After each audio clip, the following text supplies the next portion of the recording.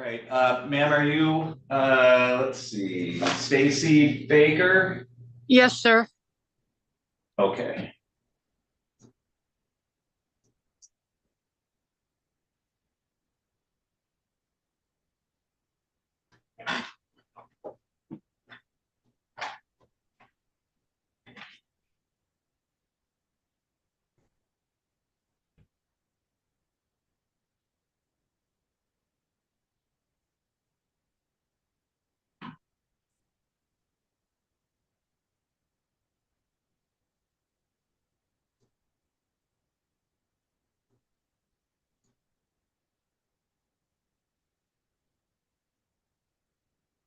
Just waiting for Mr. Baker to connect here.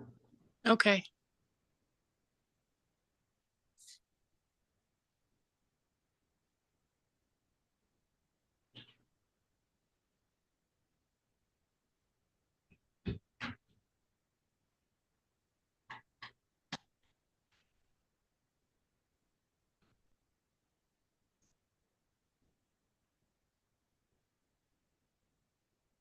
All right, Mr. Baker, are you able to hear me? Yes, Your Honor, I am. Okay, thank you. And you're Timothy Baker? Yes, sir. Okay, we're on the record in Baker versus Baker, case number 2419570. The record should reflect both parties are present today by Zoom video. Mr. and Mrs. Baker, the purpose of our hearing today is to determine whether or not the two of you have been able to reach any agreements on how to divide up any assets or debts in the marriage, or whether we have to schedule further hearings. So, Mr. Baker, you're the filing party here. From your standpoint, are there disputes on how to divide things up? I don't believe so, no. Okay.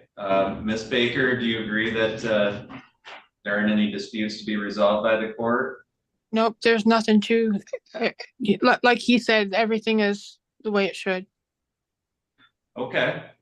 All right, so I can schedule this for a final hearing then, where we can finalize your divorce. There's a form that I need to have submitted to the court before that last hearing. And that form is called the judgment of divorce. And that form is available online. Yes, Mr. Baker? Yes, I believe I have the form, and she and I both have to sign it. Yes, sir. Correct. Yep, you just need to fill it out and both of you sign that. So I just send it to her and then wait for it to come back again. Correct. All right. And And then do I need something from the post office that says she got it when she signs for it, or no? Nope, we just need her signature on that judgment. I gotcha. And so then I'll need you to bring that in or mail it to the clerk's office here in Gaylord. Yes, sir. I'll bring it And- right to him as soon as I get it back. Okay, so Ms. Baker, when you get that, you need to sign that and get that back to Mr. Baker, because all of this needs to happen before that next hearing, and that's gonna be in about 30 days. Yep, Okay, I'll send it out today. Okay. All okay, right, so I will set this for a final hearing. It'll be by Zoom, just like we're doing today. And as long as I have that document prior to that hearing, then we can finalize the divorce on that day. Mr. Baker, do you have any other questions? No, sir. Thank you kindly. Ms. Baker, do you have any questions? just I'm wondering, am I gonna be able to go back to my other name, or do I keep Baker? You can request that on that judgment of divorce. There's a spot for you to request to have your name changed. Okay, thank you.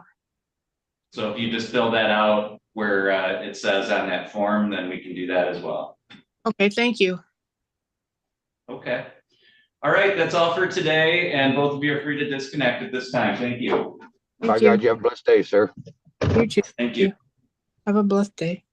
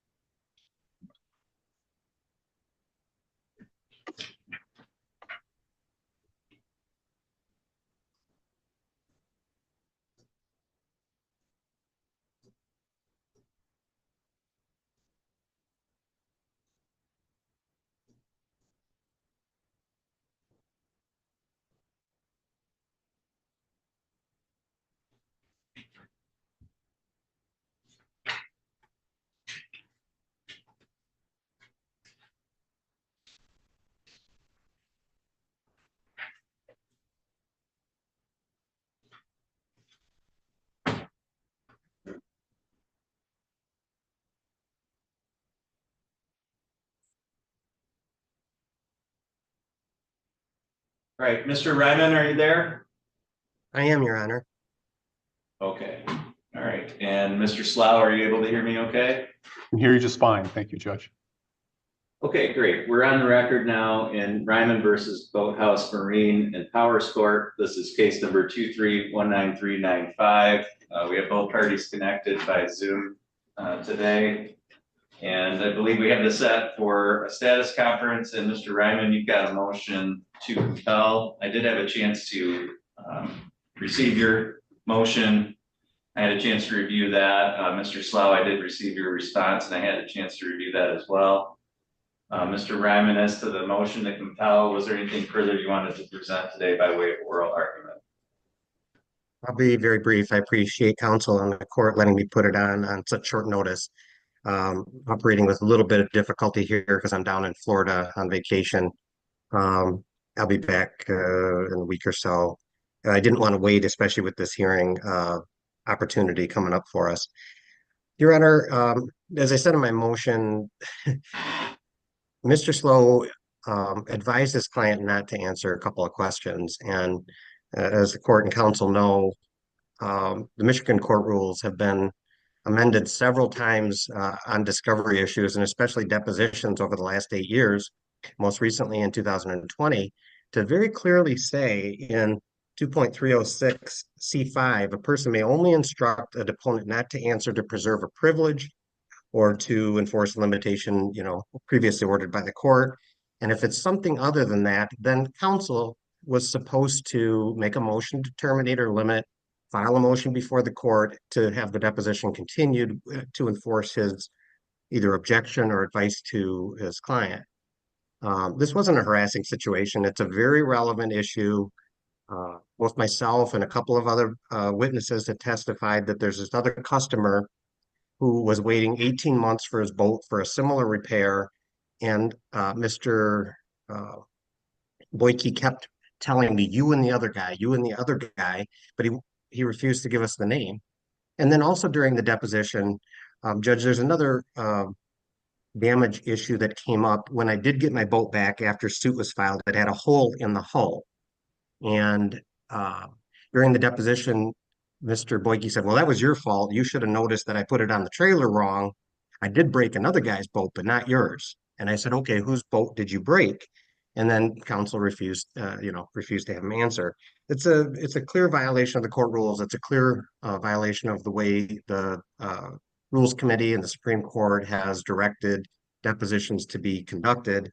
And so the next day, I thought maybe counsel misspoke when he said that he wouldn't let him answer because it's proprietary. I don't know that that's a thing.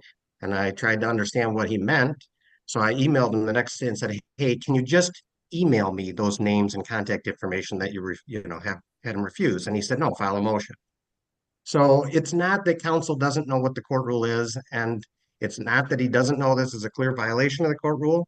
I don't know why he wouldn't let his client answer, but we should be allowed to get that information under the court rules and continue the deposition at his cost. I do have a $130 appearance fee for the court recorder and a $25 travel fee, in addition to I had incurred attorney fees regarding this motion to counsel on filing this motion and the $20 motion fee. The final thing that was part of my motion, Your Honor, is that a new name came up during Mr. Boyke's deposition, this Buster. And he's not an employee, and as far as I know, I'm not sure what was counsel denied my allegation, but I don't think his name was disclosed in the initial disclosures. And certainly is important because Mr. Boyke said he's the one who did most of the work on the boat and he paid him to do it. So I need to contact that person. I didn't have time in discovery.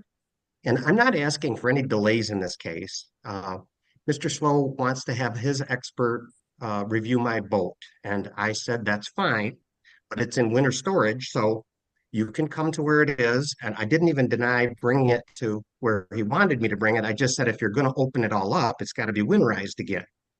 Or we can wait to better weather. So we just reached a compromise that we'll wait till better weather. And so we're going to have discovery on the inspection at that point, and then I can depose his expert. I think it just makes sense. Leave discovery open. I'll deal with Buster and any follow-up questions I have with these gentlemen's names with the continued deposition, and it won't slow the case down. Mr. Slow wants to get it trial by July or whatever. I agree. And I don't think my request to keep discovery open should delay the case. Thank you. All right, in reviewing your complaint, Mr. Ryman, you've got a claim for breach of contract, a claim for theft or conversion, and then a claim for equitable relief asking the defendant to, essentially put your boat back together and return it to you. And Mr. Slough raised this, and I'm sure he's going to raise it in his argument, raise it in his written brief, so I'm just going to ask you about it now. What is the relevance of whether or not, the defendant in this case had problems with other customers? What's the relevance of that to your claims here? Yeah, well, whether it's relevant is a different question as to whether it's discoverable. Like the court rules make a clear distinction on that. So I don't mind having that argument on relevance, but I think first I get to discover it, talk to the gentleman.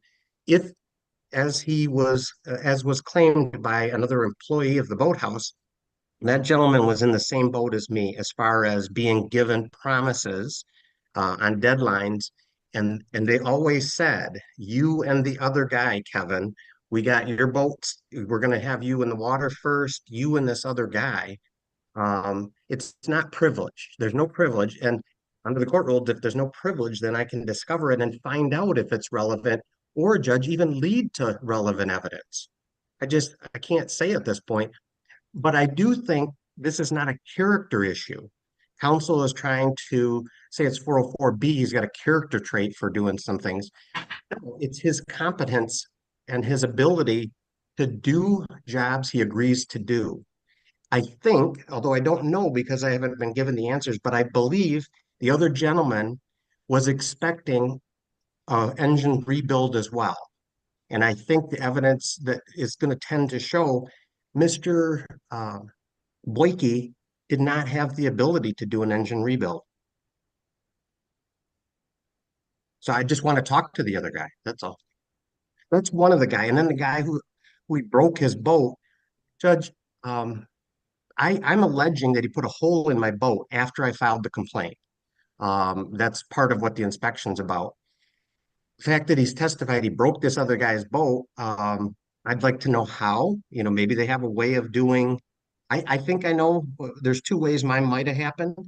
And I just want to find out if he has a mode of operation or, a policy or thing that's causing him to put holes in boats. And the only question under the court rule is if there's a privilege.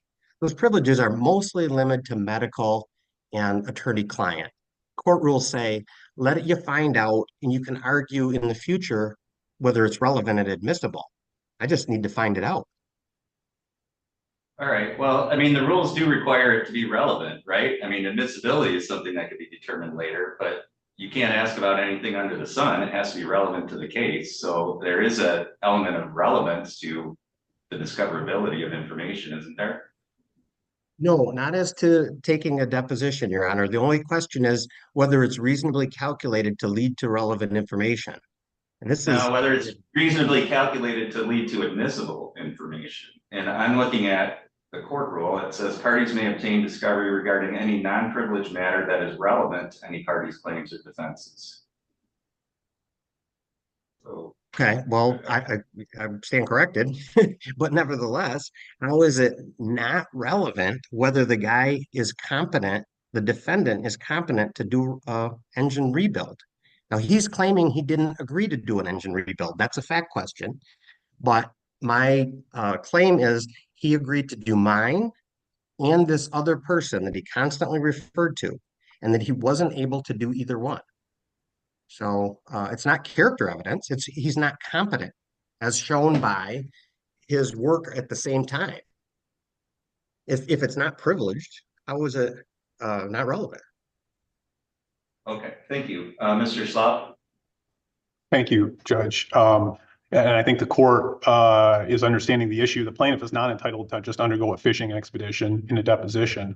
And what the court rule actually says is that at any time during the deposition, if the deposition is being conducted in bad faith or in a manner unreasonably to annoy, embarrass, or oppress the deponent or party, that the person being subjected to that can essentially suspend the deposition and seek an order for protection. Now, I didn't suspend the deposition. I could have, but in good faith, I allowed the deposition to continue in the interest of time and money, with the understanding that Mr. Riemann was going to file a motion to get this straightened out. So, I wanted to address what happened at the deposition. Now, in terms of this case, I mean, this is a basic breach of contract case over a used boat. The allegation is that my client made certain promises that he denies making. But these promises are things like liquidated damages and to have the boat done by a certain date, and that it would be a complete rebuild of the motor. And how my client's other customers would have any knowledge about what my client and the plaintiff agreed to, I just don't understand. I don't understand in any way how any of this would be relevant. The plaintiff continues to assert that somehow he's going to prove that my client's a bad mechanic or that he misses deadlines. But that's just not what this case is about. Moreover, it's not admissible because under 404A, you can't use character evidence to try to show that a person acted in conformance with those characteristics in a certain situation or on a particular occasion, rather. I cited the case in the brief. There's another case from the MJI evidentiary bench book, and it's People v. Roper 286 Mishap 77. It basically says such evidence is strictly limited because it's highly prejudicial in nature. This idea that if you try to present a bunch of evidence that someone acted in conformity in a certain way in the past, it's gonna be highly prejudicial in presenting whether they acted that way on that particular occasion. So it wouldn't be admissible even if there was any basis for and if there was any truth to these allegations that these other customers were unhappy or that somehow my client's not a good mechanic, which again, there's just no evidence to support that. So we would ask the court deny the motion on that grounds. The other request to keep discovery open with regard to Engines by Buster. Engines by Buster, my understanding, was just a subcontractor. That's what the testimony was at the deposition. They did some minor work on this motor. Plaintiff testified that he's not even tested the motor. So he can't present any evidence that this motor is not in good operating condition. Again, the issue in this case is, number one, did my client damage the hull of the boat, which Engines by Buster wouldn't know anything about that. And two, did my client promise to do certain things that he didn't do? And again, Engines by Buster would have no knowledge about any of those conversations between the parties. So again, we're engaging in a fishing expedition here for something, and I don't know what he's looking for exactly, but there's no reason to extend discovery. We've had an adequate discovery period here. We've got one limited stipulation because plaintiff's boat is down in Bay City that we're going to have my expert look at it here a little after the discovery deadlines. We've straightened that out, but there's just no reason to just continue to extend discovery. This is really a district court case. We need to just get it done. Thank you very much. Thank you. Mr. Ryman, it's your motion. Anything you wanted to say in response? Yes, thank you. I appreciate the opportunity and your patience. Counsel says there's no evidence that his client is not a competent mechanic. That's because he will not disclose his customers who were unhappy or got a bad result. So how do I prove that he's not a competent mechanic? This is the whole case. The breach of contract case is that he agreed to do certain work and returned the boat to me in operable condition, and that he didn't do that. Of course, when I filed the complaint, he wouldn't even tell me where the boat was. So we had some communications. He put it together. It didn't work. He took it back. He gave me a video that says it works. And then he put it on a trailer and he brought it to me at a restaurant and he said, "It's all set, Kevin." He came to my table. And then, so we went out, it was dark. we hooked the trailer up, towed it home like normal, and we went out in the morning and it had a hole in the hull. So counsel is correct. I haven't tested the boat because I can't put it on the water. Since I've taken it to Mr. Boyke 2 years ago, I can't put it on the water. It has a hole in it. And Judge, I know counsel loves to say bad stuff about me, and he's got me. He's going to be able to show that I've a prior crime that goes to credibility. But Mr. Boyke admitted at his deposition that out of the thousands of rebuilds that he claims to have done, never before, ever, except to me, did he ever stick in the motor one piston that was considerably different size from the others in the motor. He said, I've done thousands of these. No, Kevin, I've never done that before, but it's yours isn't a racing boat. It would probably be okay. I mean, he's admitted he didn't do this properly, but the question of whether or not he's competent is not a character issue, and it is relevant because I'm claiming he agreed to return it. He said he could do it, and he didn't, and I'm trying to prove that he can't. All right, thank you. With regard to discovery and whether or not the court should permit discovery or prohibit certain discovery, it's all a matter that's within the discretion of the court. Michigan generally follows a policy of open, broad discovery. However, the policy allowing for open and far-reaching discovery does not encompass fishing expeditions, and there are limits on it. As I indicated before, parties may obtain discovery regarding any non-privileged matter that's relevant to any party's claims for defenses and proportional to the needs of the case. And again, whether or not requests are within that scope of discovery is within the discretion of the court. As I also indicated earlier, the court need not make preliminary decisions regarding the ultimate admissibility of evidence as long as it's relevant and likely or reasonably calculated to lead to admissible evidence, or the evidence itself is admissible. The court should allow the discovery. In this case, again, I mean, the court is looking at what are the claims and is this requested discovery relevant to those claims. The claims, again, are breach of contract, theft or conversion, and equitable relief.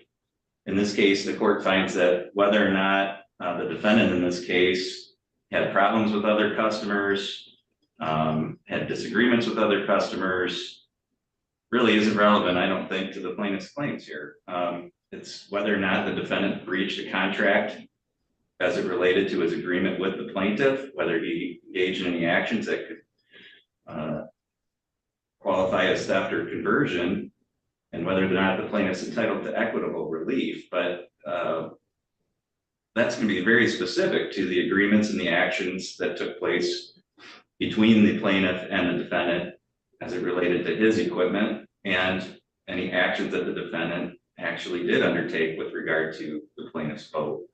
And unless somebody else had an exact replica word for word of the transactions that occurred between the plaintiff and the defendant here, none of that really is going to be relevant.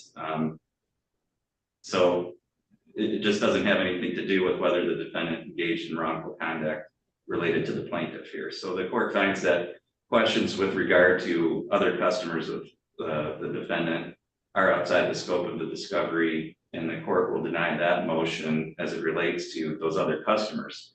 Now, as it relates to Engines by Buster, or this individual named Buster, if he did perform work on the plaintiff's boat, and that's a fact that just became apparent through the course of discovery, then I think the plaintiff is entitled to discovery with regard to Engines by Buster, and what work was performed by Engines by Buster on anything belonging to the plaintiff on behalf of the defendant. I think that is relevant to the plaintiff's claims here, and plaintiff may have claims against Engines by Buster, or may seek to add Engines by Buster if it turns out that that individual or that individual's company did work on the plaintiff's boat and caused some type of damage. So I do think that to the extent that Engines by Buster, or there's been some admissions by the defendant that Engines by Buster did some amount of work on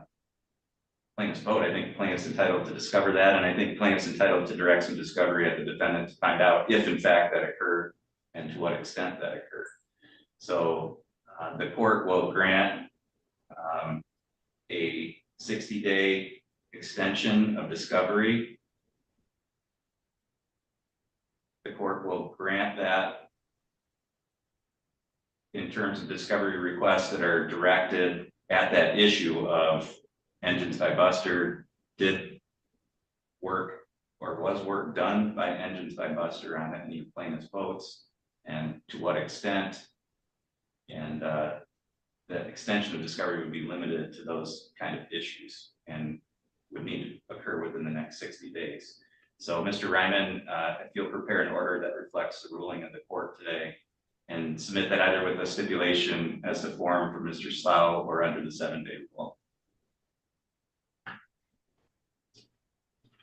Yes, Your Honor. Could I have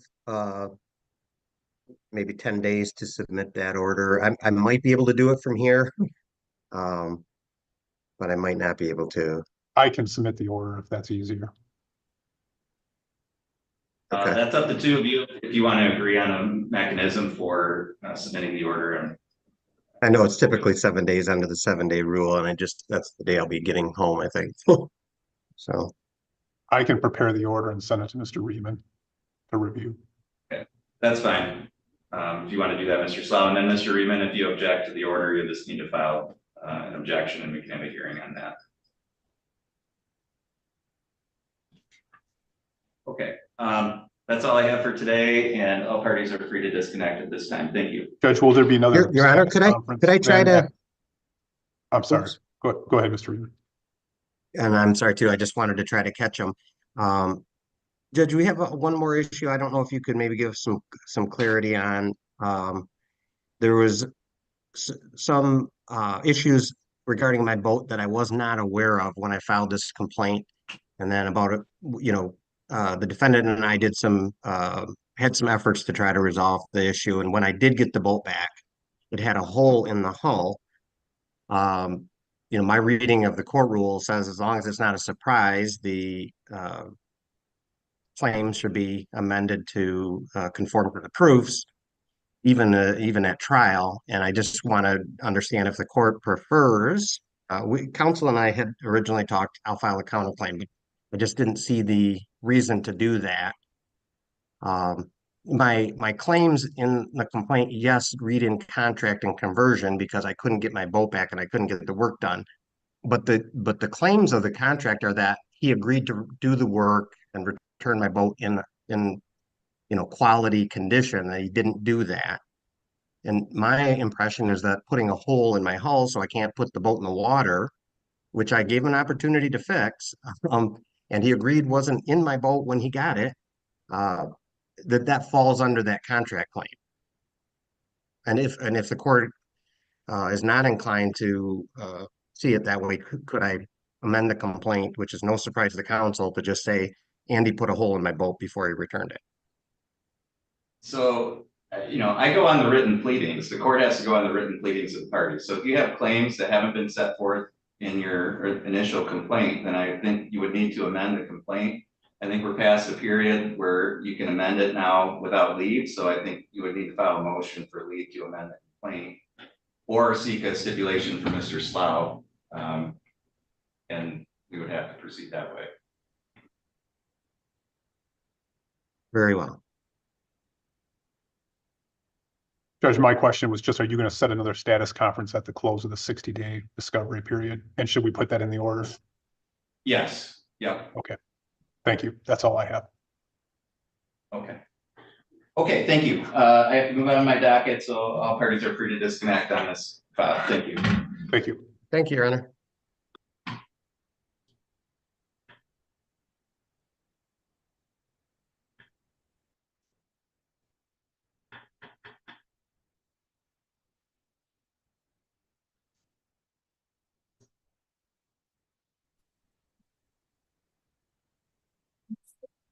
In the corner there. She's the clerk. that Susie defines it? Yep. Okay, looks like we have everybody connected. We'll go on the record in Tronic versus Trionic, case number 2219141. Council President, you can put your appearance on. Good afternoon, Your Honor. Mark Dundon appearing on behalf of plaintiff Leanne Tronic. Good afternoon, Judge Elliot Blumberg on behalf of Donald Tronic, who's appearing via Zoom from my office.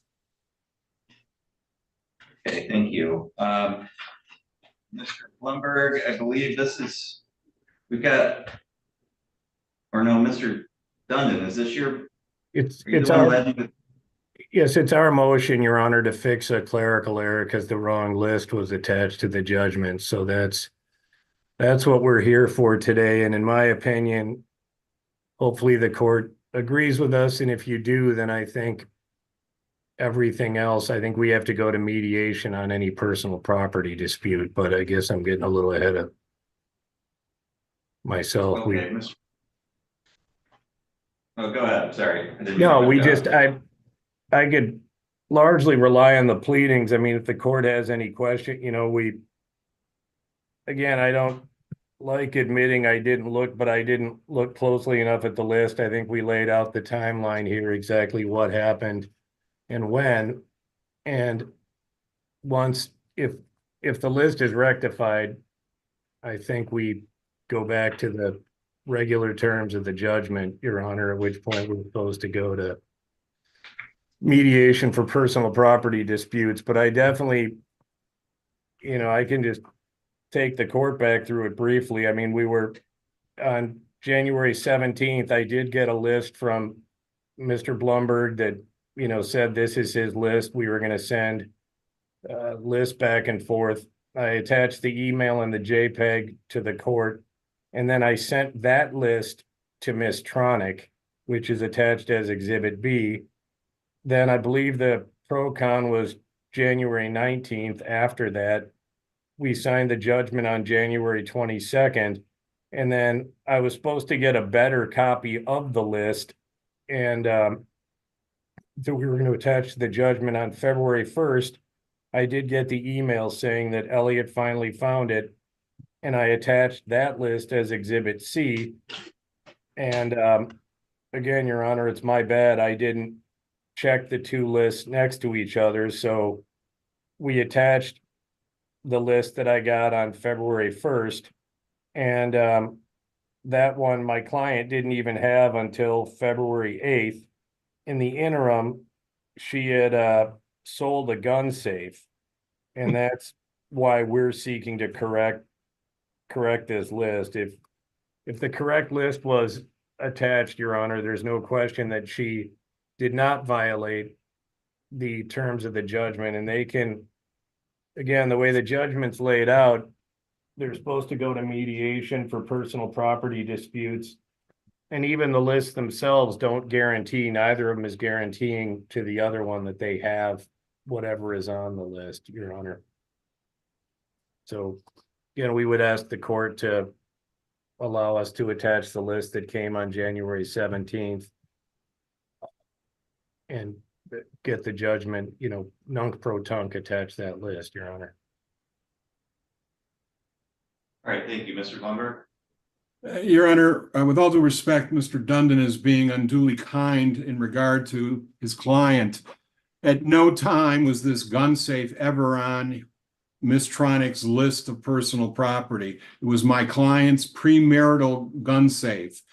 Ms. Tronic had exclusive use of the marital home for almost a year prior to the sale of the house. The personal property list that she had prepared did not say the gun safe, and yet she took it upon herself to sell it, knowing that it didn't belong to her, knowing that it wasn't awarded to her, and it's a gun safe worth thousands of dollars. Moreover, when the house sold, again, Ms. Tronic disposed of the washer and dryer, contrary to the express terms of the purchase agreement. Mr. Dundon didn't do anything wrong here. Ms. Tronic, the individual that has sold things that she wasn't awarded, gave away and took things that she shouldn't have. redoing the personal property list isn't going to resolve this problem. She sold a gun safe that she wasn't awarded. She gave away or took the washer and dryer that she shouldn't have. So again, what Mr. Dundon's asking the court to do isn't going to resolve this problem. Your Honor, there is a show cause hearing on May 6th next month for her to come forward to show why she should not be held in contempt. We want the gun safe back. She sold it. She's kept the money for it. She hasn't denied that she sold it. She hasn't come forward with by way of affidavit and say to the court, oh, by the way, I was supposed to get the gun safe. She knew she wasn't supposed to get it, but because she had exclusive use of the house, she felt that she could get away with this. So with all due respect to Mr. Dundon, I don't think redoing the personal property list is going to resolve this issue. Your Honor, may I respond? The personal property lists were never meant to be exhaustive. Neither of them, and that's why we even wrote in here that they're not guaranteeing that anything is on there or, that anything is there. And again, there would be no possible way to hold her in contempt on the January 17th list. She wasn't required to list every stick of personal property, neither was he. They're both getting stuff. This was just lists they each put together based on what they remembered. So this, again, Your Honor, I think it's critical if the court attaches the other list, then she didn't violate the court order. She, by the way, can testify that the gun safe was bought when they lived in Pennsylvania. She can, if we get there, which I don't think we do yet, but if we get there, she can explain why it was indeed purchased after the marriage. And it is marital property. And then, Your Honor, if we get to that point, he's free to go to mediation, so are we, and they can each say, I should have gotten this, I should have gotten that. And I think that's the idea behind this judgment. As far as the washer and dryer, Your Honor, my client was not given the purchase agreement ever. She didn't get it until February 20th, when it was sent to me when I was in Florida, which, it is what it is, but she was not part of the purchase agreement, was not privy to that contract. So again, if there's a problem there and it's a personal property issue, we think no one should be show caused. We should be in mediation, seeing if we can resolve this. But I do think switching out the lists is pretty critical, Your Honor. If I may just Additionally, sorry, but my client also, her personal property that she was to be given was given back after, I believe, the house had sold. So my client can't get, her stuff is locked in the garage with the new owners. So it's, so we would ask you to allow us to attach the correct list and then send us to mediation per the terms of the judgment, Your Honor. Judge, when the house sold, $5,000 of my client's sale proceeds were held in escrow pending a walkthrough of the house. That's when it was discovered that Ms. Tronick took the washer and dryer from the house. She was not entitled to that. And whether she knew it or not, it wasn't hers to take. It went with the house along with the other appliances. But that's not for today's proceeding. That's for May 6th when we have the show cause hearing. The court's already signed an order. She's being required to appear on May 6th at 2:15 to show good cause why she should not be held in contempt. Right now, we're talking about the gun safe that she wasn't awarded, that she sold, that she acknowledged she sold, and she's kept the money. Why would she be entitled to that?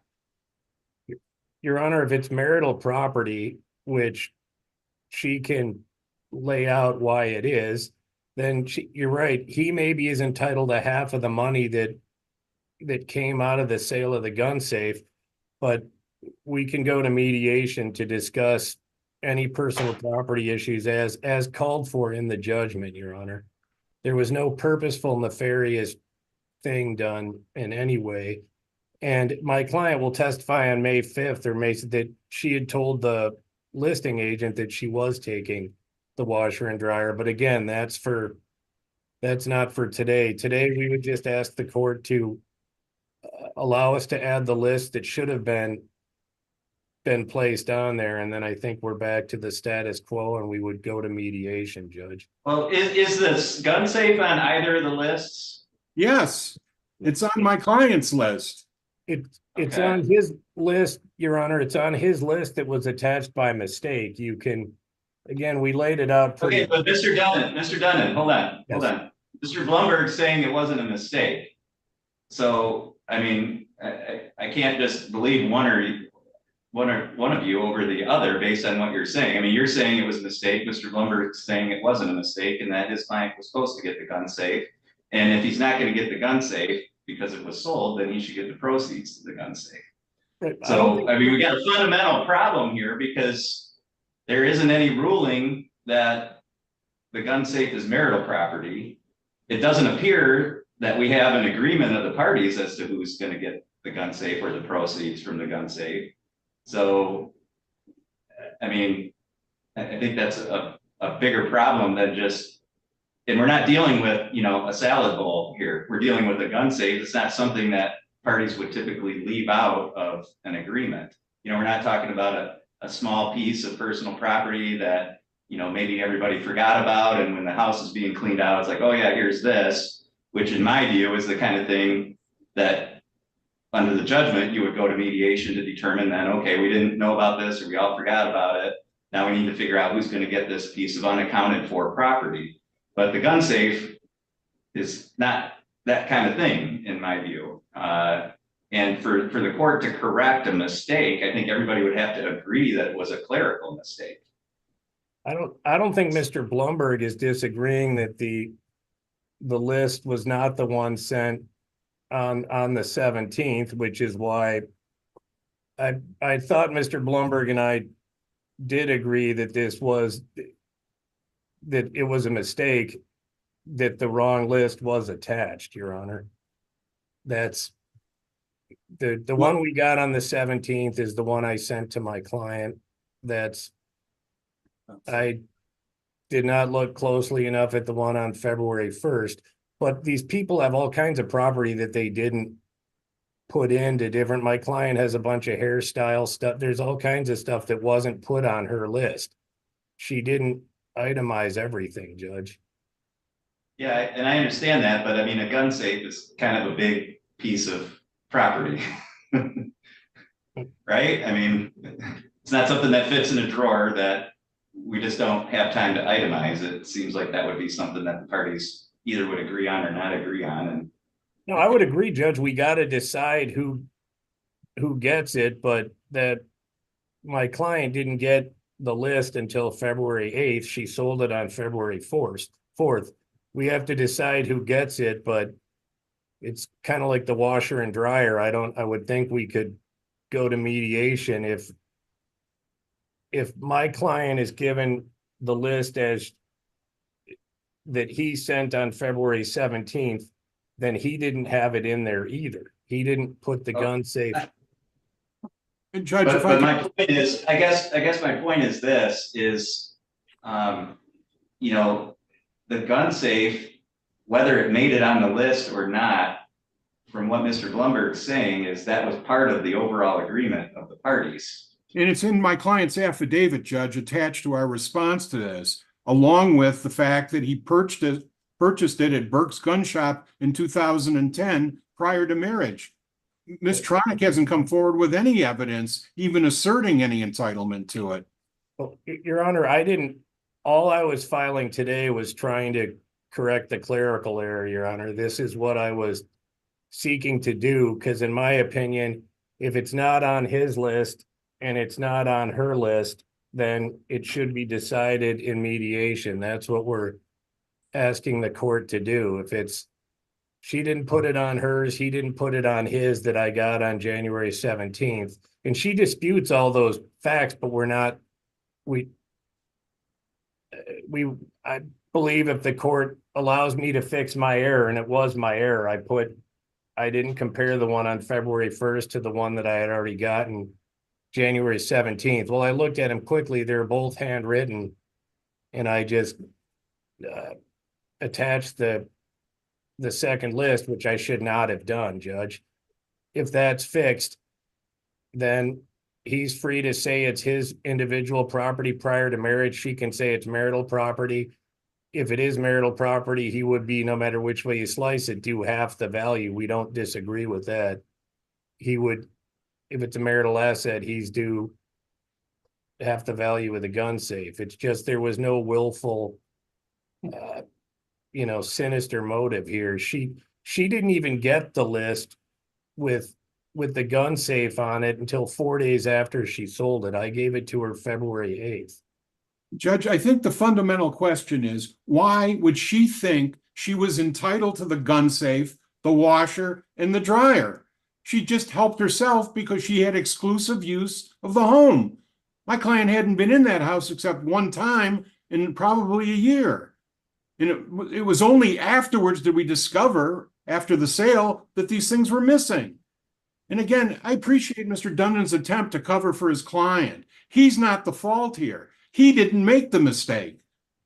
I think this falls at the feet of Leanne Tronick. All right, well, I think what I need to decide, first of all, before I can correct anything is I need to know or make a decision as to what the agreement was between the parties. Because if the agreement was Mr. Tronick was supposed to get the gun safe and it just didn't make it into the list, that's one thing. But if Ms. Tronick had no idea that he was supposed to get the gun safe and it didn't make it in the list and then she sold it, that's something completely different. And sitting here right now, I think I need to make some factual findings as to which scenario it is, because Mr. Tronick's version is that he was going to get the gun safe, she knew it, and whether it was on the list or not, she sold it and shouldn't have. Mr. Dundon, you're saying nobody had any agreements with regard to the gun safe. It wasn't on the initial list, and she didn't know it was supposed to go to him until after she sold it and got his list.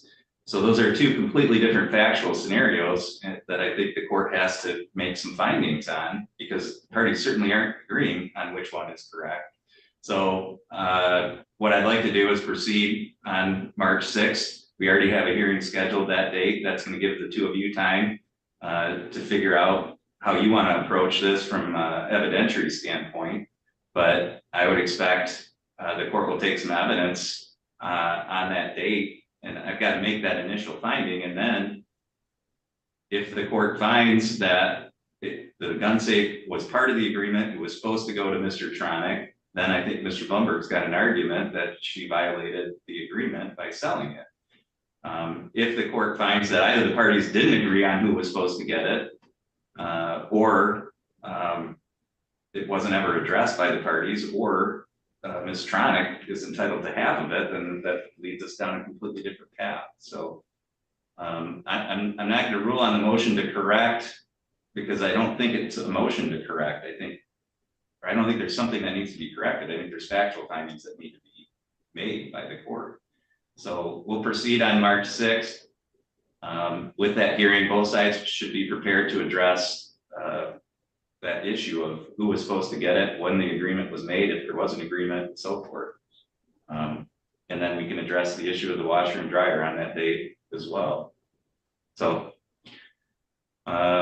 in terms of your motion, Mr. Dundon, the court's going to hold that in abeyance and we'll proceed on March 6th. Mr. Dundon, do you have any questions about that? No, Your Honor. I'm good to go. Mr. Blumberg? Is that going to be in person or via Zoom? I think it's set to, let me see.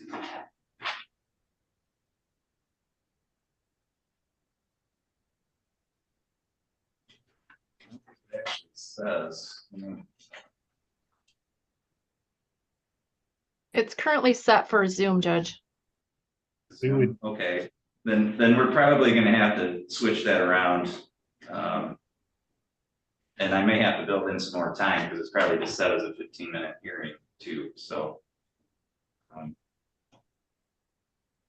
I'll have to talk to Jennifer. I don't want to say too much more in terms of scheduling on the record here without knowing exactly what's going on, but it'll need to be an in-person hearing, certainly. Thank you. Okay. All right. Thank you. All parties are free to disconnect at this time. Mr. Dundon, I think you're on for the next case. Actually, if you want to stay. Yes, Your Honor, I just gotta see my client. Could I have 2 minutes, Judge?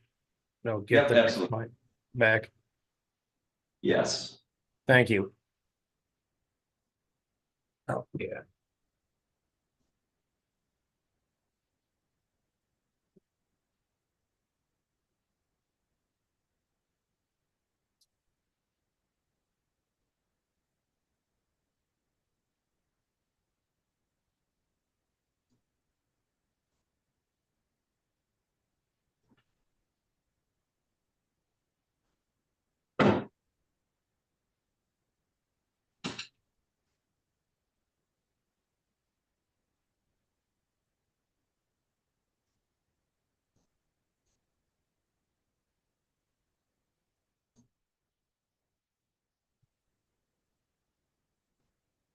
Mr. Grote, I just had a prior hearing with Mr. Dundon, so he had to get his client for this file, so it'll just be 1 second.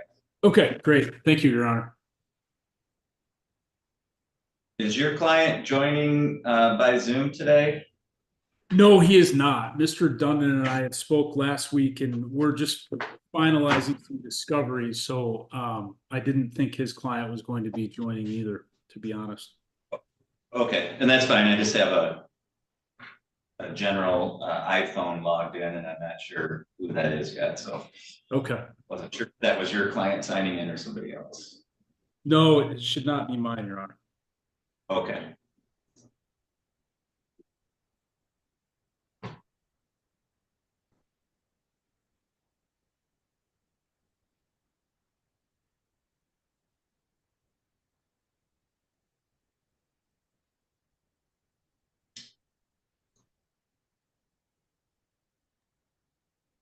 Okay, let's go on the record in Lester versus Lester. This is case number 2319497. And if I could have counsel put your appearances on in this file, please. Travis Grote on behalf of the plaintiff, James Lester. Mark Dunnan on behalf of defendant, Ms. Lester. Okay, this is set for a scheduling conference in this case, or a status conference, I'm sorry. We last time we talked was back in February. Mr. Grote, can you tell me where things are at from your side? Sure. Thank you, Your Honor. At this point, we are just finalizing some discovery. I think that hopefully once the discovery is complete, Your Honor, we'll be able to wrap the case up with a pro confesso hearing would be my hope. If not, we would come back before you and set the matter for trial if there are issues that we're not able to resolve. Okay, when would you suggest the court setting that either final hearing or status conference? How far out? I would say 45 days, Your Honor, would be appropriate. Okay, thank you. Mr. Dunnan? Yeah, that's everything's correct, Your Honor. 45 days would be about right. Okay. I can do that. I will put in the notes to set this for a final hearing slash status conference. Mr. Grote, anything further I can address for your side today? No, Your Honor. Thank you very much. Mr. Dunnan? No, thank you, Judge. Okay, thank you. You're both free to disconnect on this file. Thank you.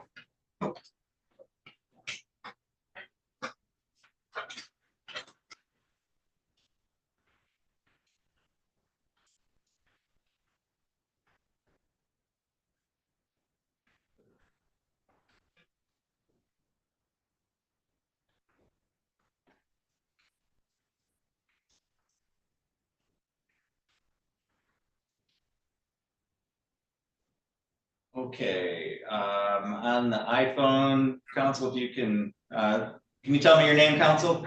Yes, I'm Scott Norton. I'm representing Dean Bach.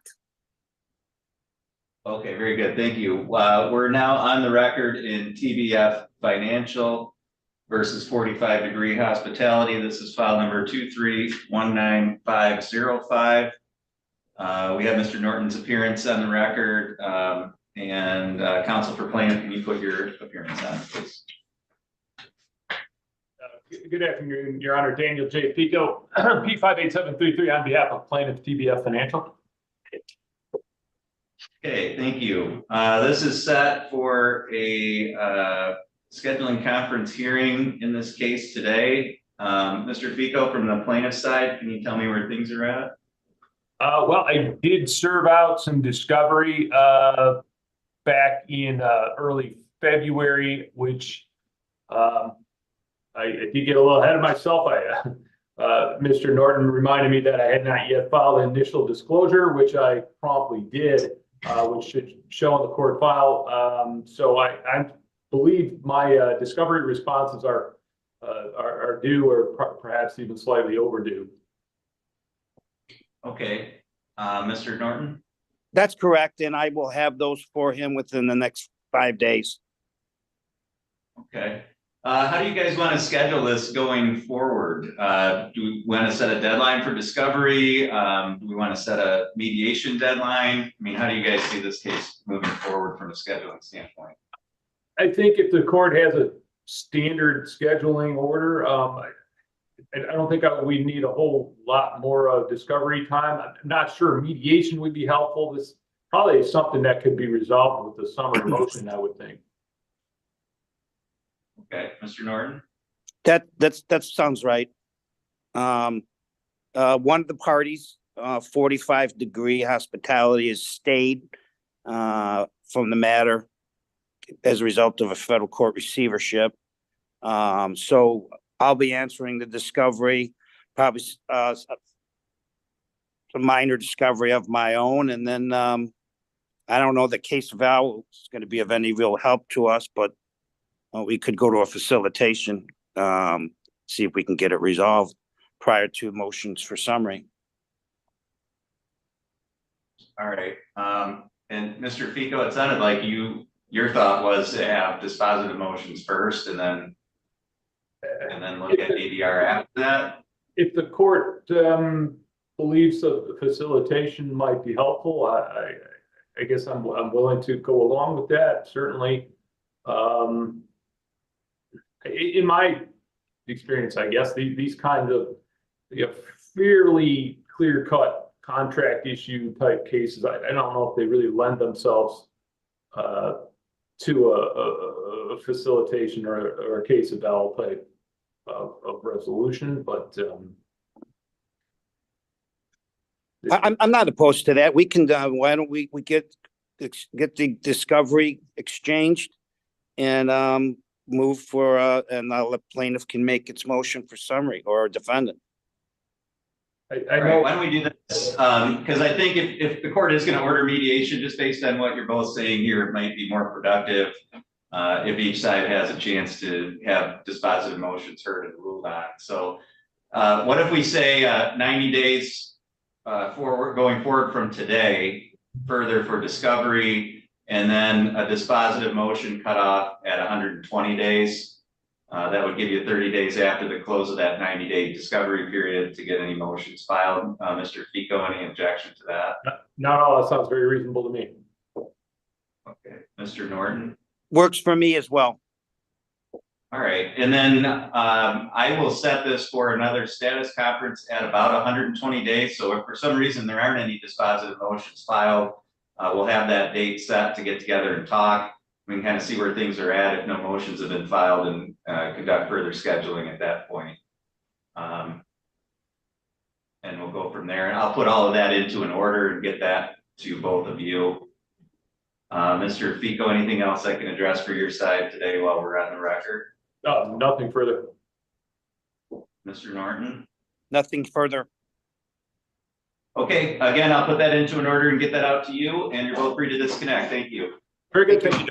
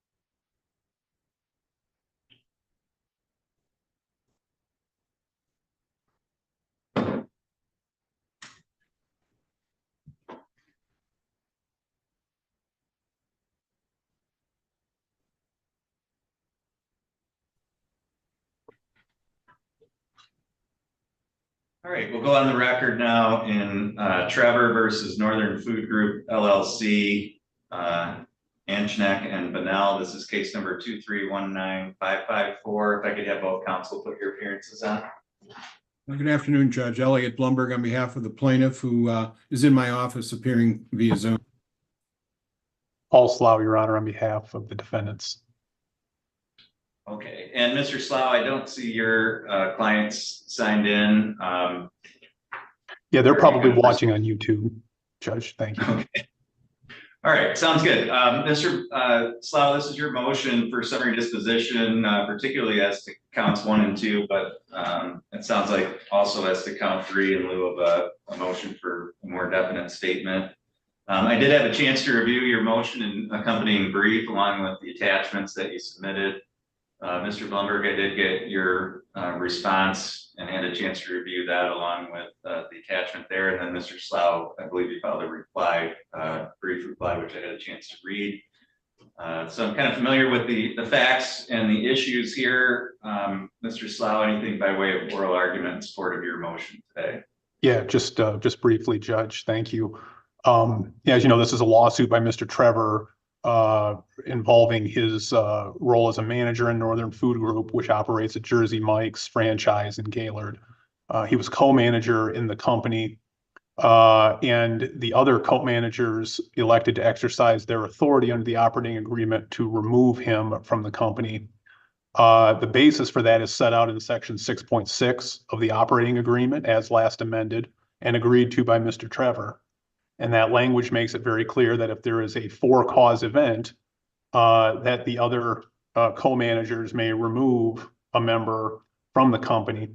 That for-cause event being defined as any of the following: a member being arrested, charged, indicted, or convicted of a felony, or is convicted of a crime involving moral turpitude, or any crime or offense that would otherwise compromise the ability of such member to remain as a member pursuant to the company's franchise agreement with a sub-above LLC.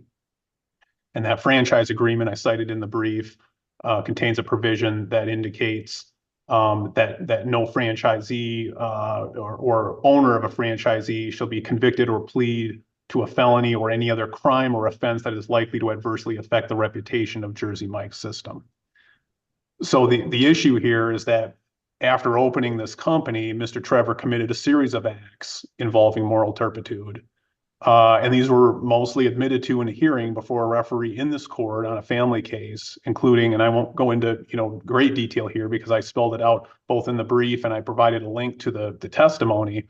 But there was an inability to control using profanity in public, sexual and physical assault of his child's mother during custody exchanges, destroying her cell phone as she attempted to call 911, which resulted in a felony arrest and charge in direct violation of the operating agreement. Verbally assaulting a waitress in a bar, admissions that he doesn't trust the government and that he believes a friend of the court is a money laundering operation. And additionally, we submitted an affidavit from my client outlining the harassing behavior to employees and the inappropriate conduct with minors. Based on all of this, my clients decided that he needed to be removed from the company under section 6.6. We filed this motion for summary disposition because there is no genuine issue of fact that those managers were authorized to remove Mr. Trevor. And again, there's no genuine issue of fact that they were authorized to take that action.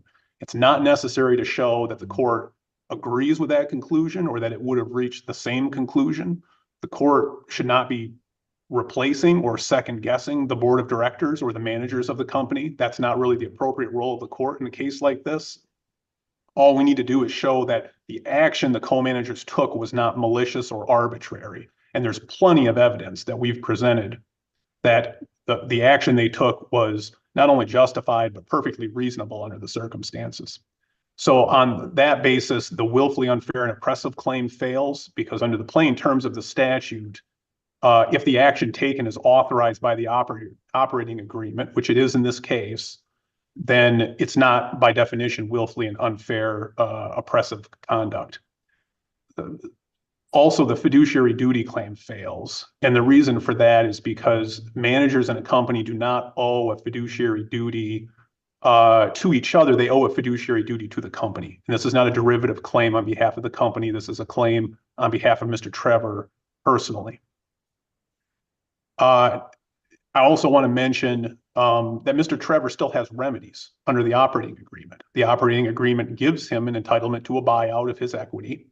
He's entitled to review an appraisal of that equity and to retain his own appraiser to review what his equity is worth. And my clients are ready and willing to proceed with that according to the operating agreement that they all agreed to. But coming to the court and asking for some other remedy is not appropriate. So we ask that the court dismiss counts 1 and 2.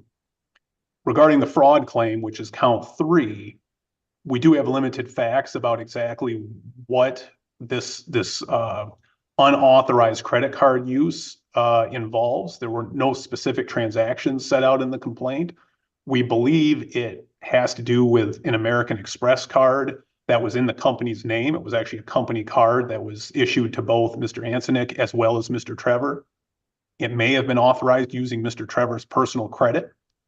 It's not clear at this point what transactions we're talking about. So we filed the motion for more definite statement.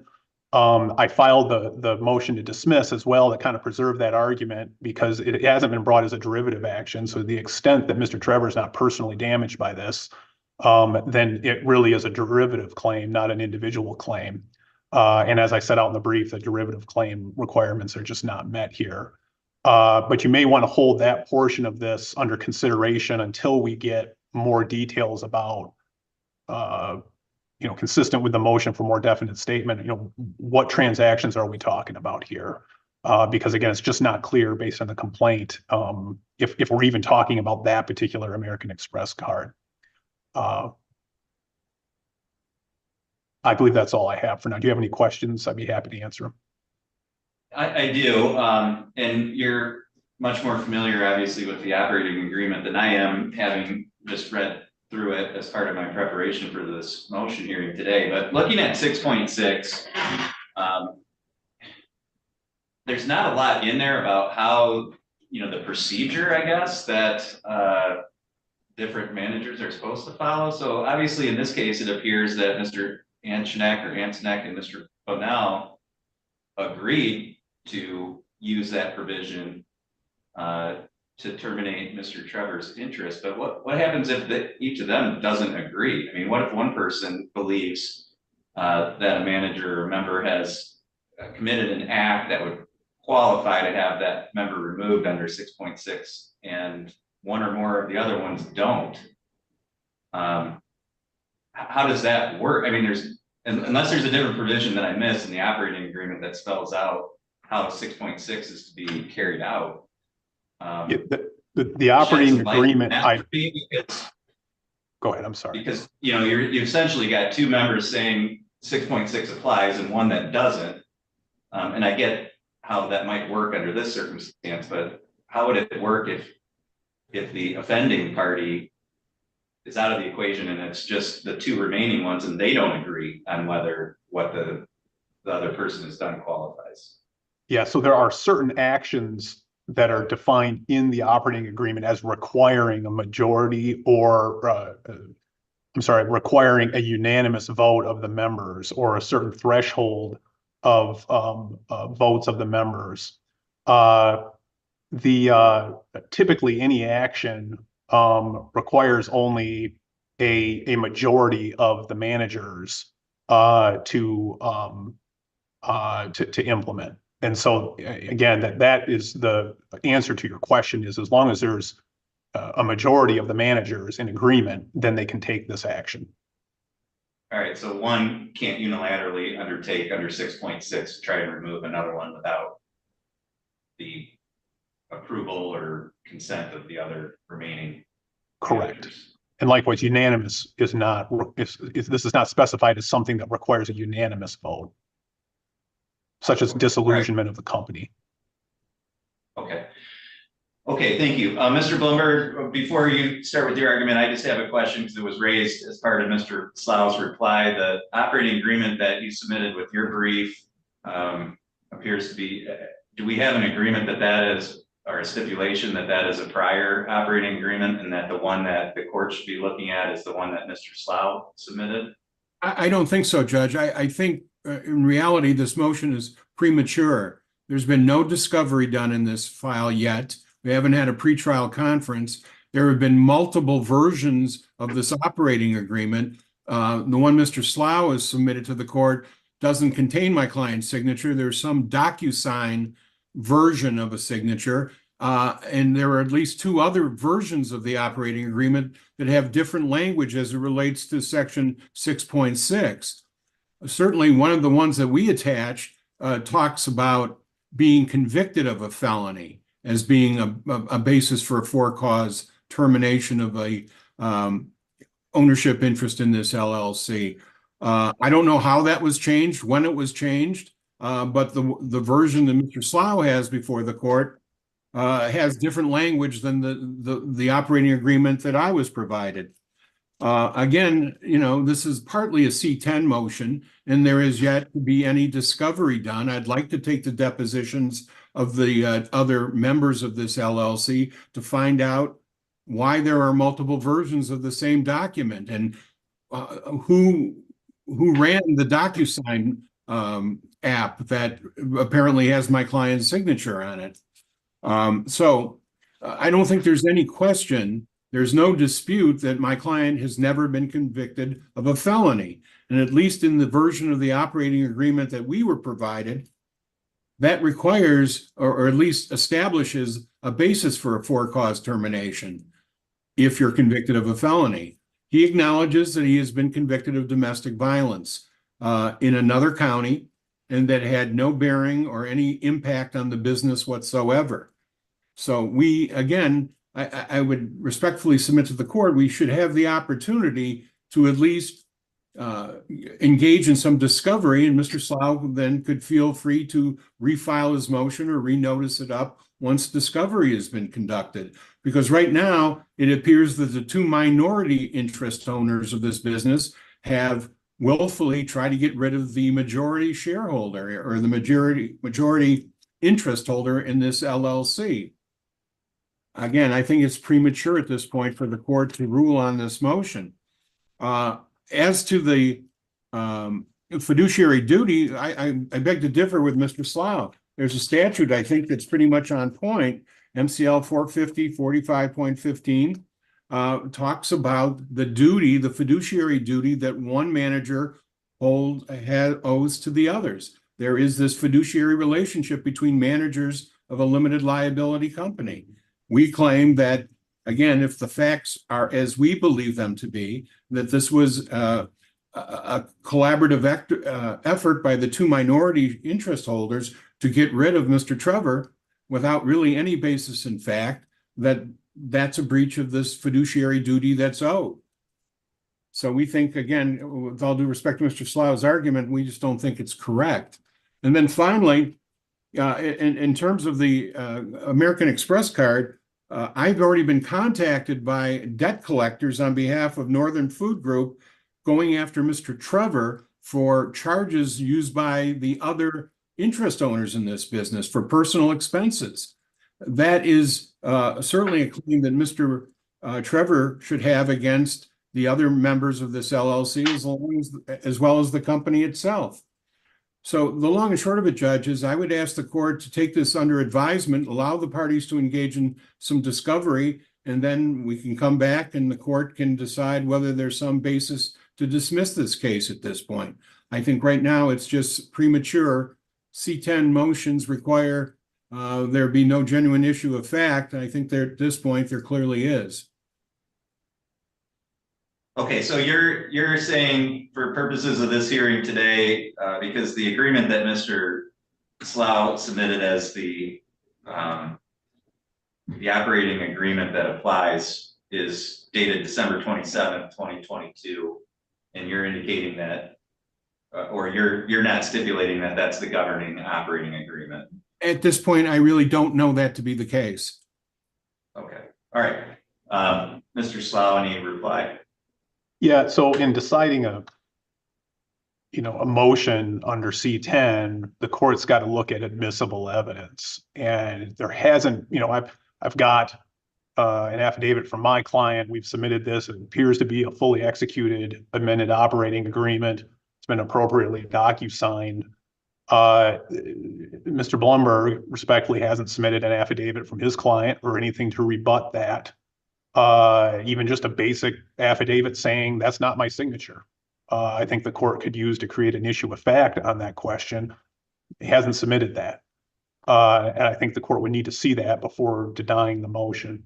With regard to the authority of the managers that we talked about earlier, I did locate that, and it's under section 5.3 of the operating agreement, subsection C, where it indicates that the board of managers shall require the affirmative vote of the majority of then serving managers to take action. That's all I have. Thank you. Okay. All right. This is the kind of motion I think that lends itself to a written opinion by the court, particularly as it relates to count one being, as Mr. Blumberg argues, premature, and the court ruling on it without having conducted discovery versus some of the other claims, which I think may be more legal claims. So the court is going to address this in a written opinion. I'm going to do that within the next 30 days. So the court is not going to require an answer by the defendants while the court's ruling is pending. Because I believe, Mr. Slough, you filed this motion in lieu of an answer. Is that correct? We did, yes, as well as the motion for more definite statement. So the court is going to issue a ruling, like I said, during the pendency of that, the defendants are not going to be required to file an answer. The court's going to suspend until I provide that written opinion, which again, the court's going to do within the next 30 days. The court is going to suspend the time limits under the court rules for responsive pleadings. The court is not going to order a period of discovery at this point. The court will address that as part of its ruling, written ruling, and direct parties how we'll proceed depending on how the court rules as to each count. So in essence, the court is just ordering that the parties hold off on proceeding with the case until the court can rule on this motion in writing. And that ruling will direct the parties as to how to proceed from there.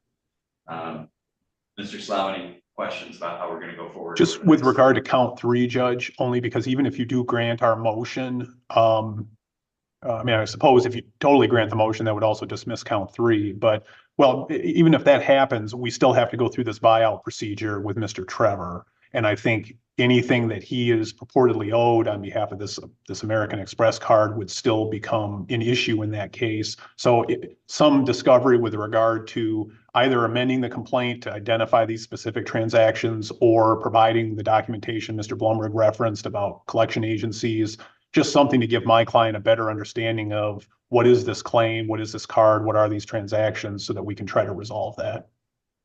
Judge, I can do that. I would be happy to file an amended complaint as to count 3 with more specific information about this American Express card and the use by the other members. Okay, can you do that within the next 30 days then? Absolutely. Okay, all right. Do you have any objection to that, Mr. Slough? I do not. And I mean, my clients want to get that issue resolved if it is in fact an issue. Okay.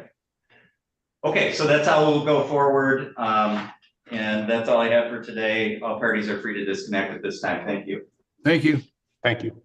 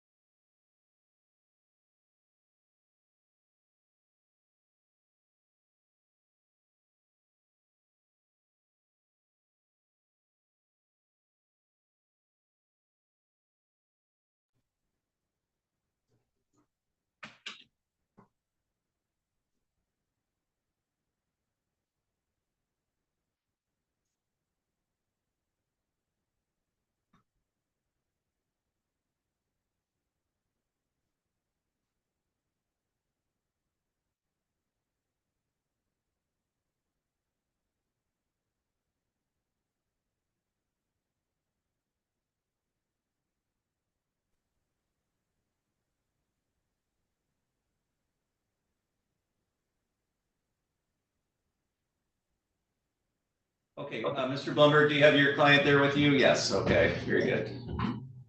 Thank you. And Mr. Glazier, if you can unmute. This is the Crowell case I thought we were on. I'm sorry. I don't have Mr. Dundon signed in yet on Crowell. Were you anticipating Miss Glazier? Do you have her there? She's in the outside my office in the waiting room. I can bring her in if you want. Or you can just stay. Okay, that'd be great. Please, thank you. Will you go out and see? Okay. Sorry, we had 2 3 o'clocks there.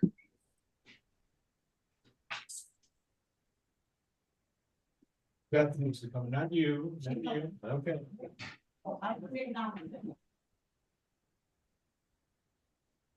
You would have thought we were giving something away for free today, Judge. They're breaking the door down. Got a full house. Yeah. Okay, now we have Miss Glazier. Mr. Glazier, are you able to hear me okay? I am. Okay, and Mr. Garfield? Yes. Okay, we're on the record in Glazier versus Glazier, case number 23-19311. We have both counsel present and both parties present, everybody by Zoom. Mr. Garfield, I am in receipt of a motion that you filed today to withdraw from the case. Is that correct? That is correct, Your Honor. Okay, have you talked with Mr. Glazier about that? Yes, we have this morning. Okay, Mr. Glazier, do you have any objection to Mr. Garfield withdrawing as your attorney in this case? I guess it is what it is. What do I gain from objecting if he's not in it? I don't know. I can't really give you advice. I No, just have I to. hear you. It's if he's not in it, I don't want him representing me. Okay, so Mr. Blumberg, did you have any input on that issue? I wasn't even aware that it was up for today, Judge. We weren't provided a copy of the motion. It just happened this morning.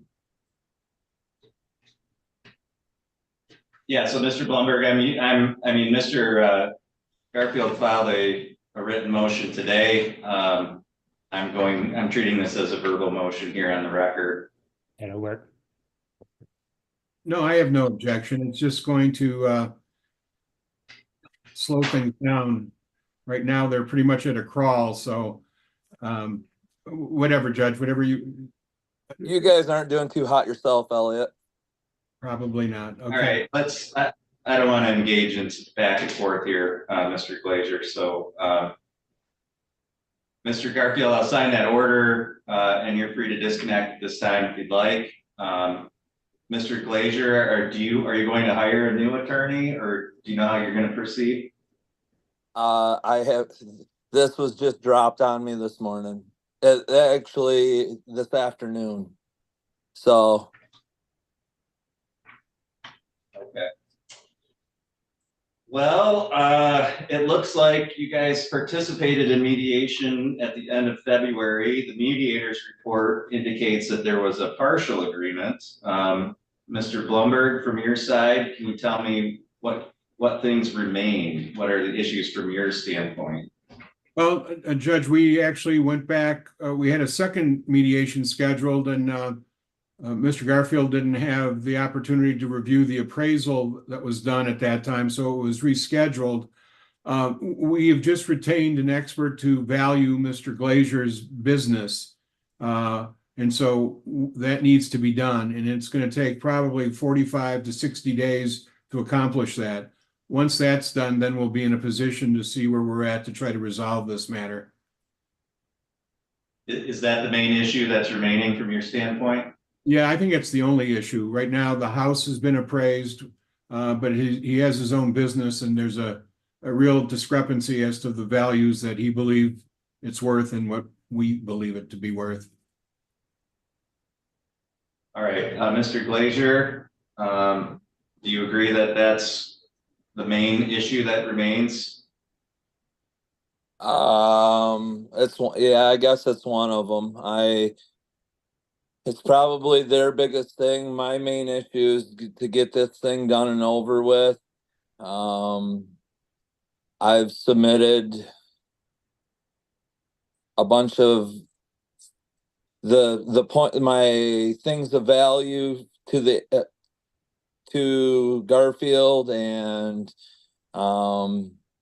I don't really know exactly what's happened with that stuff. So, I mean, it was a bunch of back and forth. I want every screwdriver. We need to get the cutlery. It's been a tit for tat ordeal.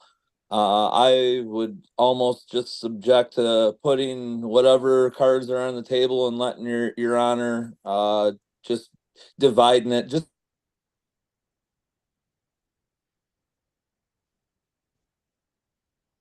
been going on.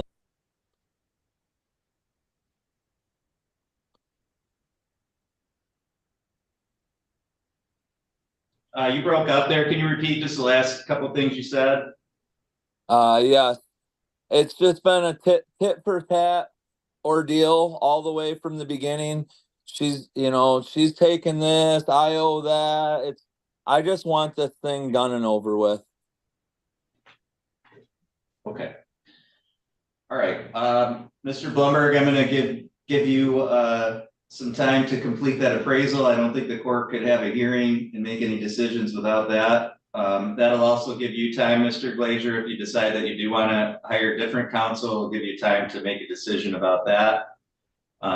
So the court will set this for status conference at about 60 days. If there haven't been any agreements, then at that point we'll set it for a final hearing, and the court will we'll set it for a bench trial, and the court will make decisions if there haven't been any agreements on the remaining issues. Mr. Blumberg, any other dates that I can address for your side today? No, Judge, I guess until Mr. Glazier gets new counsel, I'll be serving requests for documents to him directly. Correct, yep, okay. Mr. Glazier, any other questions for today from your side? No, Your Honor. Okay, thank you. Mr. Glazier, Mr. Garfield, you're free to disconnect, and Mr. Blumberg, I'm going to bring in the other party on our next hearing. Thank you.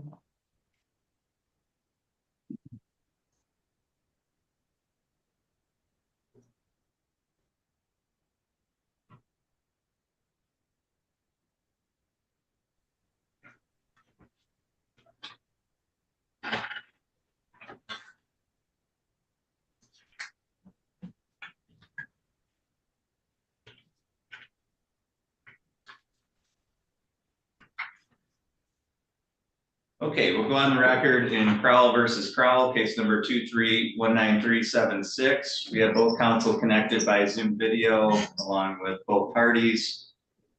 This is set for a status conference today on behalf of plaintiffs, or maybe a final hearing. Mr. Blumberg, are we ready to take proofs today from your standpoint? We are, Your Honor, and we actually have a signed judgment signed by the parties and their counsel. Unfortunately, we don't believe we have it for you to sign it yet. So if we can get that over to you, we can conclude this today. We are prepared to go forward and take the proofs. Okay, Mr. Dundon? That's correct, Your Honor. Okay, Mr. Crowell, can you unmute for me, please? Okay, unmute. Thank you. So Mr. and Ms. Crowell, if you both raise your right hands, please. You both solemnly swear or affirm the testimony you're about to give will be the truth, the whole truth, and nothing but the truth, so help you God? Yes.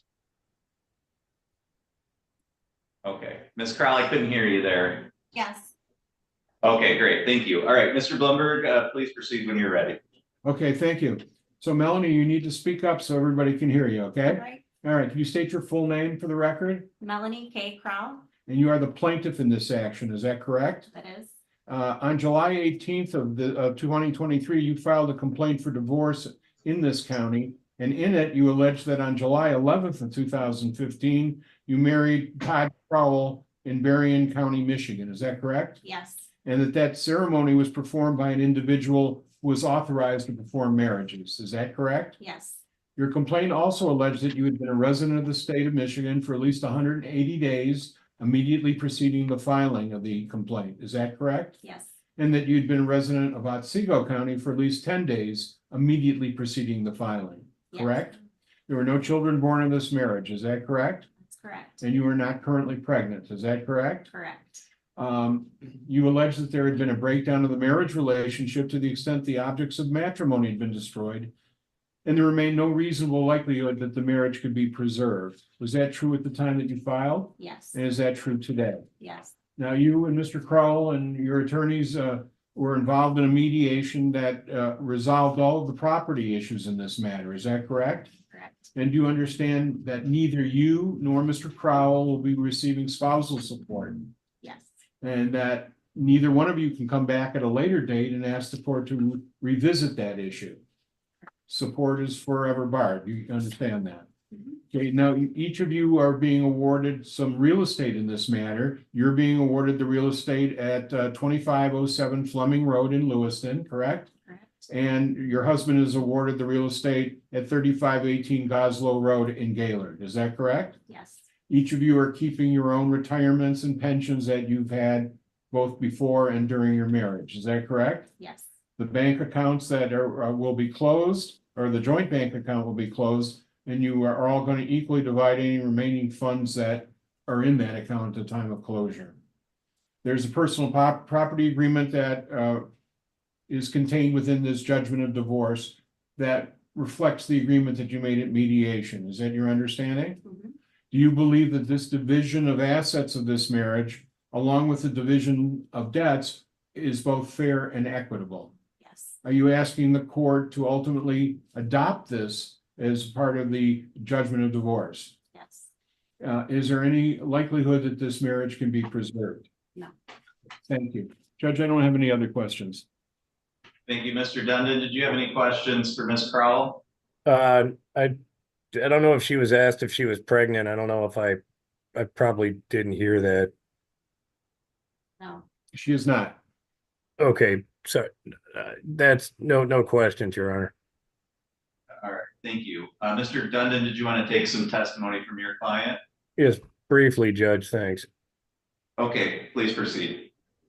Okay, Mr. Crowell, you heard Mr. Blumberg, correct?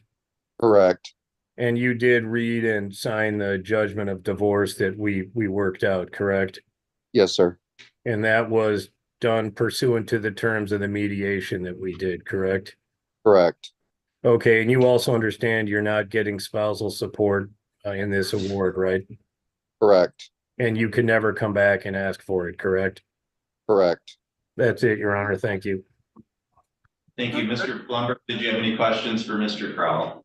No, Judge, but I do have one other question of my client, if I might. Okay, please.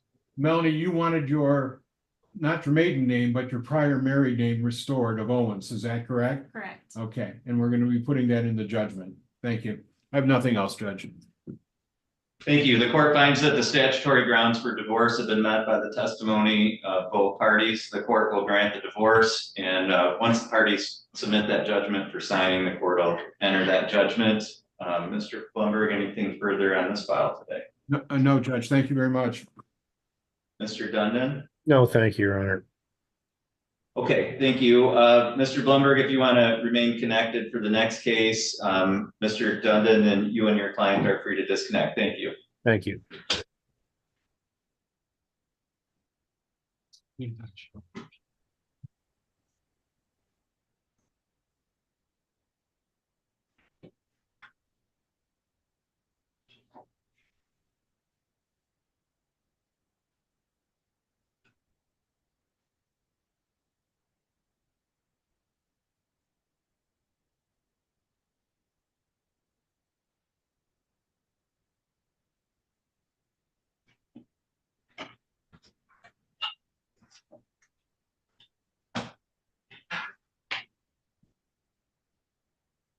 All right, Ms. Conklin, are you able to hear me okay?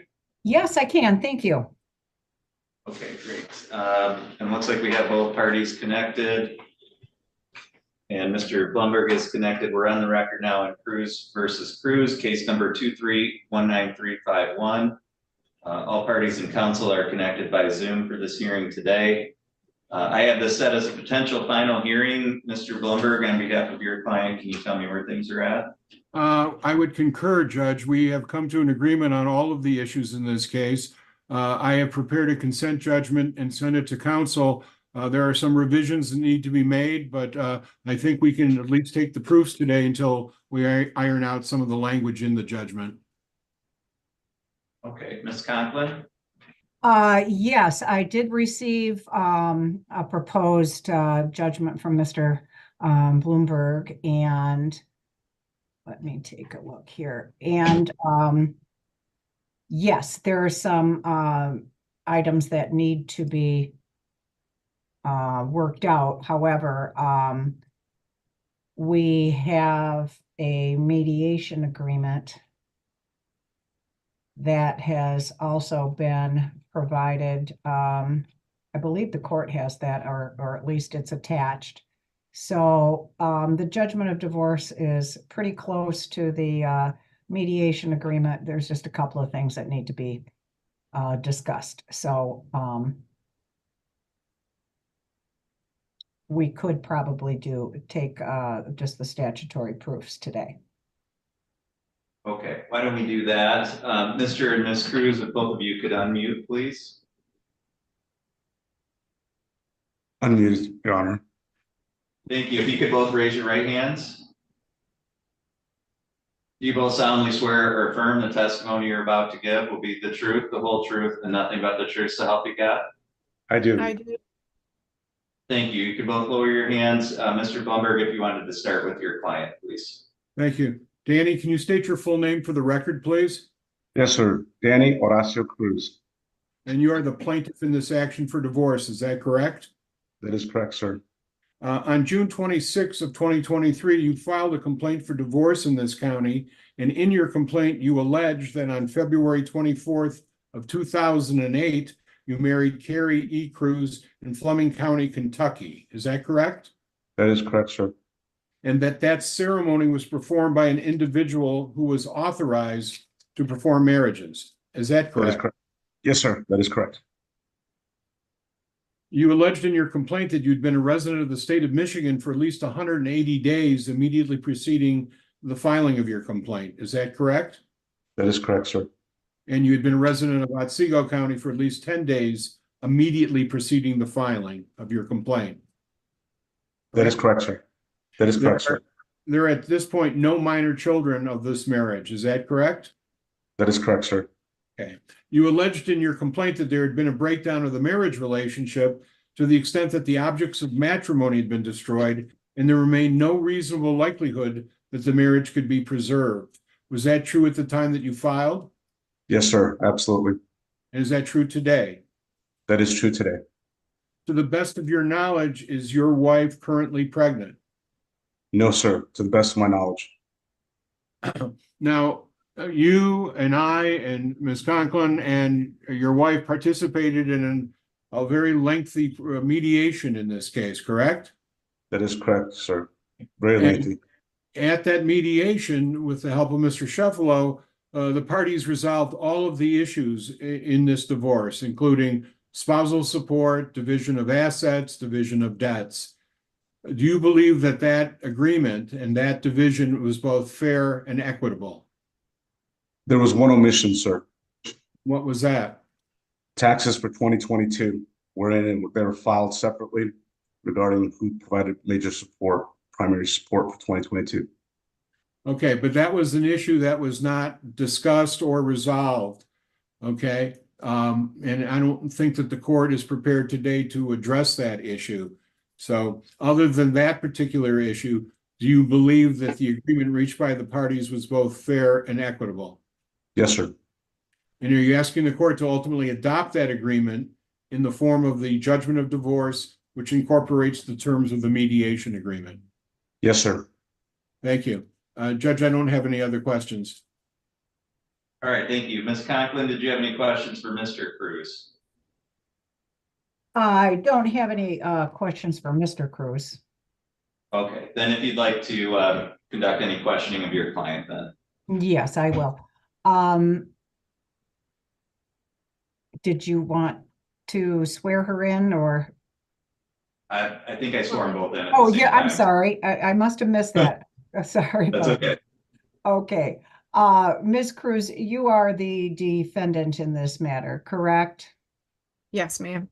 And you also filed a counterclaim for as well. So you are both defendant and counter plaintiff. Yes, ma'am. And you heard the testimony from your spouse just now. Yes, ma'am. And you also recall signing a mediation agreement dated January 26th, 2024. Yes, ma'am. Okay, and in that property, debt, and marital property, or excuse me, real property, personal property, military pension, and spousal support were also involved in this mediation agreement, correct? That is correct, ma'am.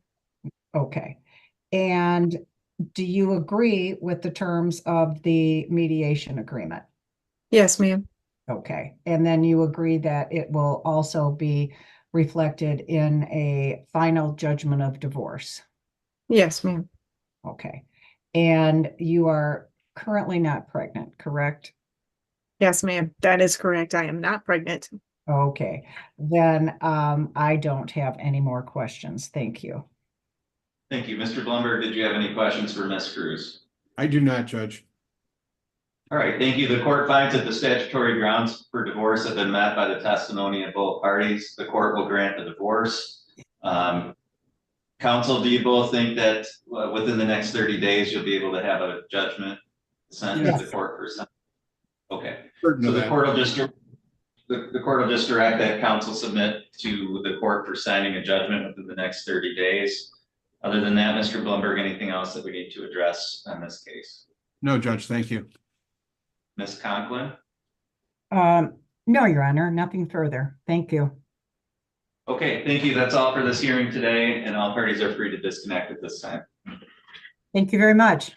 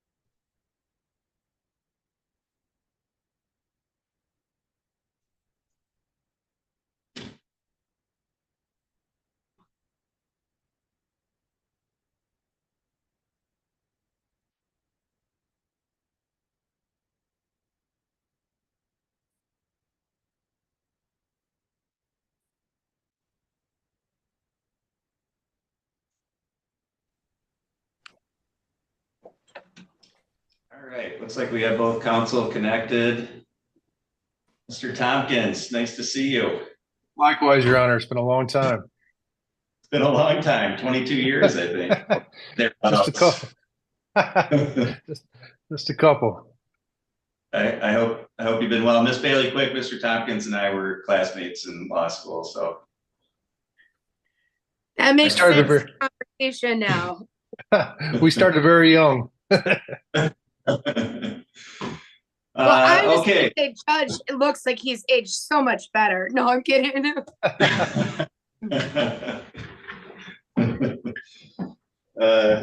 All right, we're on the record now. This is Smith versus Bauer, case number 2319444. If I could just have counsel put your appearances on, please. Thank you, Miranda Bailey. Quick on behalf of the plaintiff.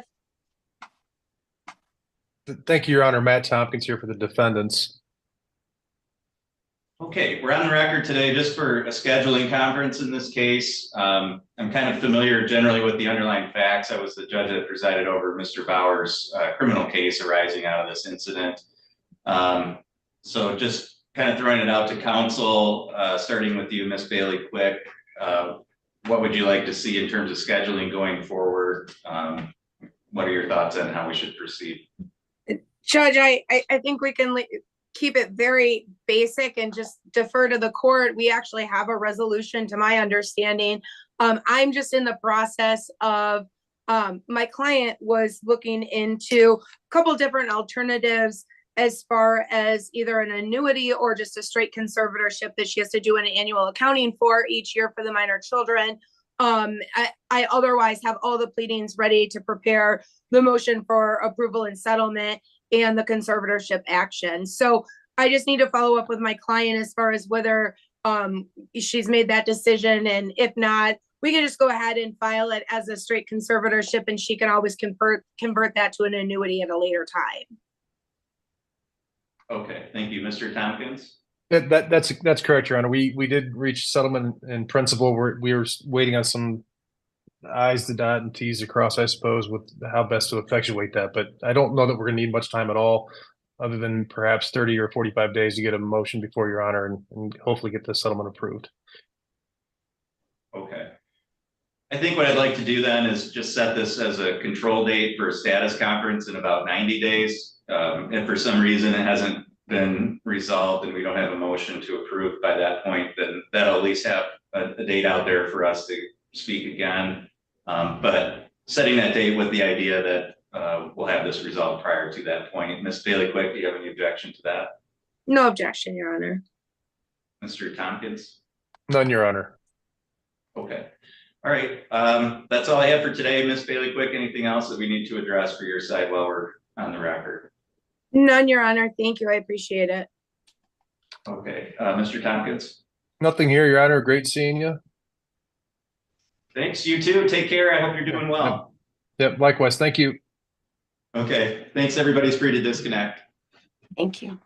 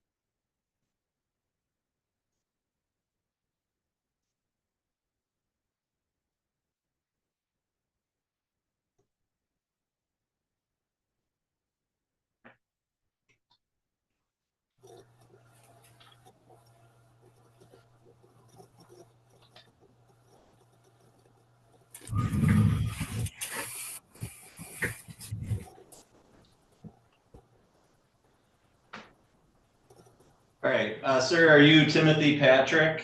Yes, Your Honor. Okay. And it looks like Miss Patrick is signing in. Miss Patrick, I just need you to unmute, please.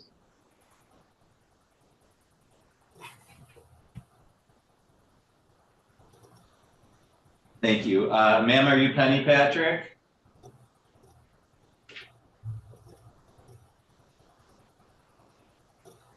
Ma'am, are you able to hear me?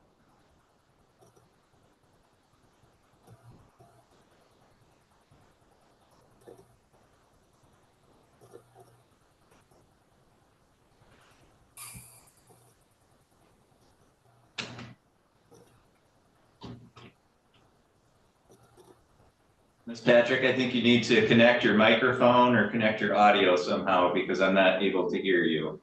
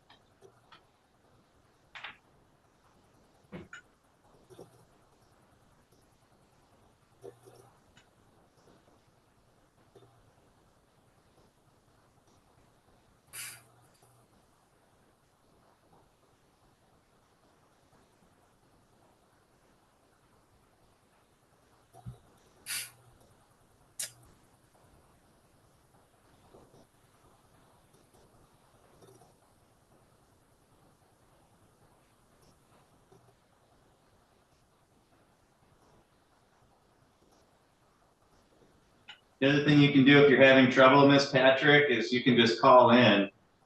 If you follow the instructions that the court sent out, there's a way for you to just call in on your phone. We can do that as well.